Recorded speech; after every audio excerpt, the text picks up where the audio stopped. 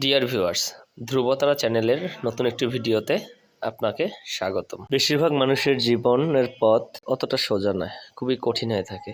তাদের মধ্যে কেউ সফল হন, আবার কেউ সফল হন না। এমন সফলদেরই একজন রোজা আহমেদ। সম্প্রতি তিনি বিয়ে করেছেন অভিনেতা এবং গায়ক তাহসান খানকে। তো আজকে আমরা জানতে চলেছি উম্মে হাবিবা রোজা অর্থাৎ রোজা আহমেদের জীবন কাহিনী সম্পর্কে। তো চলুন বন্ধুরা, জেনে আসি তার জীবনের গল্প। এই মুহূর্তে মিডিয়া পড়ার সবচেয়ে গুরুত্বপূর্ণ খবর তাহসানের বিয়ে। তার নববিবাহিত স্ত্রীর নাম রোজা আহমেদ। বাংলাদেশের জনপ্রিয় মেকআপ আর্টিস্টের মধ্যে তিনি একজন। এতদিন তার নাম শুধু বিউটি জগতে সুপরিচিত থাকলেও বিয়ের পর তিনি রীতিমতো তারকা বনে গেছেন। অভিনয়, গান ও শিক্ষকতা সবকিছু মিলিয়ে তাহসান যতটা জনপ্রিয়, রোজাও তার নিজের জগতে সমানভাবে সুপরিচিত। তবে তার এই পরিচিতি একদিনেই তৈরি হয়নি। এর জন্য ছোট থেকেই তাকে কঠোর পরিশ্রম করতে হয়েছে।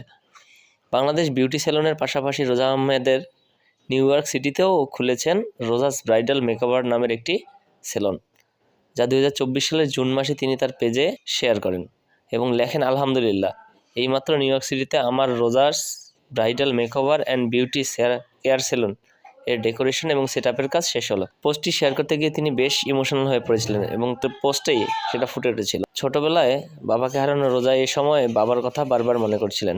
সেই পোস্টে তাই স্পষ্ট বোঝা যায়। একটি সেলফি শেয়ার করে তিনি আরও লিখেছেন, সেলফিটা একটু আগেই তুলেছি। সাধারণত আমার অনেক ছবি তোলা হয়, কিন্তু আজ এই সেলফিটা তোলার সময় চোখ থেকে পানি গড়িয়ে পড়ছিল। অনেক সময় ধরে কাঁদলাম, কিন্তু কী কারণে কেঁদেছি বা কেন কেঁদেছি তা বুঝে উঠতে পারছিলাম না। আমি মা বাবার প্রথম সন্তান, তাই সবচেয়ে আদরের সবার কাছে। আমার বাবা আমাকে সবসময় বলতেন, আমার ছোট্ট পরিটা কইরে। আজ যদি তিনি বেঁচে থাকতেন তাহলে হয়তো অনেক খুশি হতেন।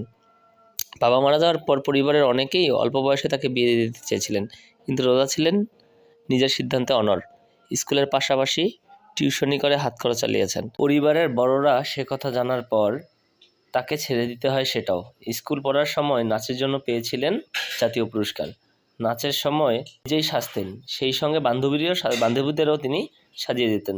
অল্প বয়সে বেশ প্রশংসা কুড়ান তিনি এই জন্য। এরপর সুযোগ আসে এক কাজিনের বিয়েতে তাকে সাজিয়ে দেওয়ার। এরপর আর পেছন ফিরে তাকাতে হয়নি রোজাকে। বরিশালে জন্ম নেওয়া রোজা তখন ফ্রিল্যান্স মেকআপ আর্টিস্ট হিসাবে কাজ শুরু করেন। মাত্র 2000 টাকা পেমেন্ট বিনিময়ে কাজ শুরু করলেও তার ছিল অগাধ বিশ্বাস। তার রোজেই ফিন্যান্স বিউটি এক্সপার্ট হিসাবে একটা পরিচিতি তৈরি করতে সক্ষম হন তিনি। সেই সময় বাড়ি বাড়ি গিয়ে মেয়েদের সাজিয়ে দিতেন রোজা। যদিও এ সময়েও পরিবার থেকে তিনি সমর্থন পাননি, কিন্তু চেষ্টা না থামিয়ে কাজ চালিয়ে যেতে থাকেন। পরিবারকে আর্থিকভাবে সহযোগিতা করা শুরু করার পরেই সবাই বুঝতে পারে রোজা সত্যিকার অর্থে নিজেকে প্রতিষ্ঠা করতে পেরেছে। রোজা ধীরে ধীরে ব্রাইডাল মেকআপের ট্রান্সফরমেশন ভিডিও সোশ্যাল মিডিয়ায় আপলোড করা শুরু করেন। সেগুলো বেশ ভাইরাল হয়, কাজের প্রসার বাড়তে থাকে। বরিশাল থেকে ঢাকা যাওয়া আসা করে ক্লায়েন্ট হ্যান্ডেল করতেন রোজা। পড়াশোনার পাশাপাশি কাজ চালিয়ে যেতেও বেশ হিমশিম খেতে হচ্ছিল তাকে। তবে তিনি নিজের যোগ্যতায় নিজেকে প্রতিষ্ঠা করতে চেয়েছিলেন। বসুন্ধরায় একটা ছোট্ট বাসায় স্টুডিও সেটআপ দিয়ে কাজ শুরু করলেও প্রথম বাসাটা ছেড়ে দিতে হয়। এরপর আবার শুরু করেন বড় বাসা নিয়ে স্টুডিও সেটআপের কাজ। নিজে যে কষ্ট করেছেন সেটা যেন অন্যদের না করতে হয়, সেজন্য 1 বছরে 500 মেয়েকে কাজ শিখিয়েছেন রোজা। এরপর ইমিগ্রেশন বিষয়ে ইউএসএ যাওয়ার সুযোগ চলে আসে। সেখানে গিয়ে নিজের কাজের প্রচারণা শুরু করেন।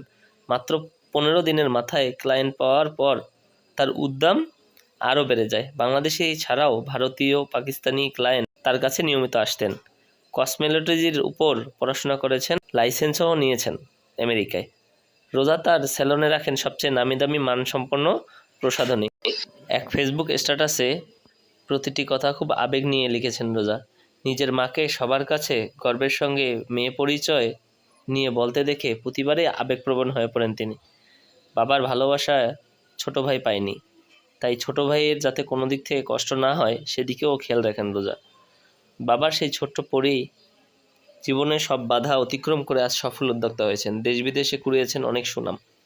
তার কাজের জন্য সবাই তাকে এক নামে চেনে। এক সাক্ষাৎকারে এই নারী উদ্যোক্তা সবার উদ্দেশ্যে অনুরোধ করে বলেন, নিজেকে জীবনে এমনভাবে প্রতিষ্ঠা করতে হবে যেন সব বাধা হাসি মুখে মোকাবেলা করার শক্তি নিজেরই তৈরি করা যায়।